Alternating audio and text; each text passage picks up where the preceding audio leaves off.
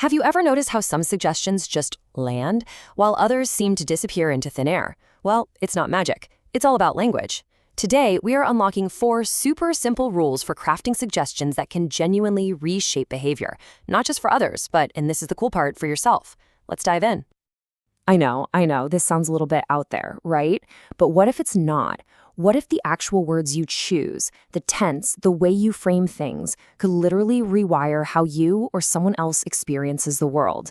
That is the powerful idea we're going to explore. Okay, so before we get to the rules themselves, we got to understand the engine they're designed for, and that's the human mind, or more specifically, our imagination. See, real, lasting change isn't just about willpower. It's about giving your imagination a totally compelling new reality to grab onto. And the core concept here, believe it or not, is hypnosis. But hey, let's just forget about the swinging pocket watches and stage tricks for a second. For what we're talking about, hypnosis is simply a state of focused attention where your imagination gets so vivid it feels more real than what's actually happening around you. That is the fertile ground where powerful change can start to grow. So how do you fire up that engine? You do it by engaging the senses. You don't just tell the mind about a beach. No, you guide it to experience it, to actually feel the warm sand, to hear those crashing waves, and to feel the sun on its skin. When you start layering in multiple senses like that, the imagined reality becomes so convincing that the subconscious mind just starts to accept it as truth. This is the foundation for everything else we're about to cover. All right, rule number 1, this is so fundamental and it's something most of us get wrong all the time.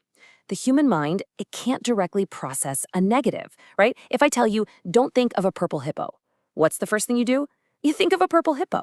To understand what not to do, your brain has to imagine doing it first. So the key then is to always focus on what you do want. Let's imagine a cricket player who's struggling with nerves. If you tell them you no longer feel anxious, what's the one word their brain is going to latch onto? Anxious. You're accidentally reinforcing that very thing you're trying to get rid of. But if you flip the script to you are feeling confident, you're building the desired state directly, cleanly, with absolutely no negative baggage. Okay, rule number 2 is all about time. And it turns out the tense you use is absolutely critical because your subconscious mind is incredibly literal. The way you frame the timing of a change can be the difference between it happening right now or, never. Just look at this subtle but massive difference here. Saying you will become confident sounds nice, but to your subconscious, it's the classic, I'll start my diet tomorrow. The goal is always in the future, it's always just out of reach. But when you switch to the present tense, you are becoming more confident. Well, the change starts now. The process is already happening. Now this next rule, this is a trap that is just so easy to fall into. We think we know why someone wants to change, but those assumptions are almost always based on our own values, not theirs. To be really effective, you have to get curious. You have to find out their real why. Let's take a classic example. Someone wants to quit smoking. Seems pretty straightforward, right? Your immediate thought is probably that it's about health, or maybe saving money. But is that really it? What is the real driver here? Is it really just about saving a few bucks a day, or some vague concern for their health? This is where your curiosity becomes the most powerful tool you have. You've got to ask. And here's the huge potential disconnect. If you build all your suggestions around the money they'll save, you'll get absolutely nowhere. Why? Because the real driving emotion isn't financial. It's this deep-seated terror of repeating a family tragedy.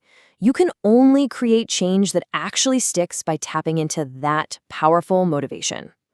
Okay, our final rule is what you might call the master key.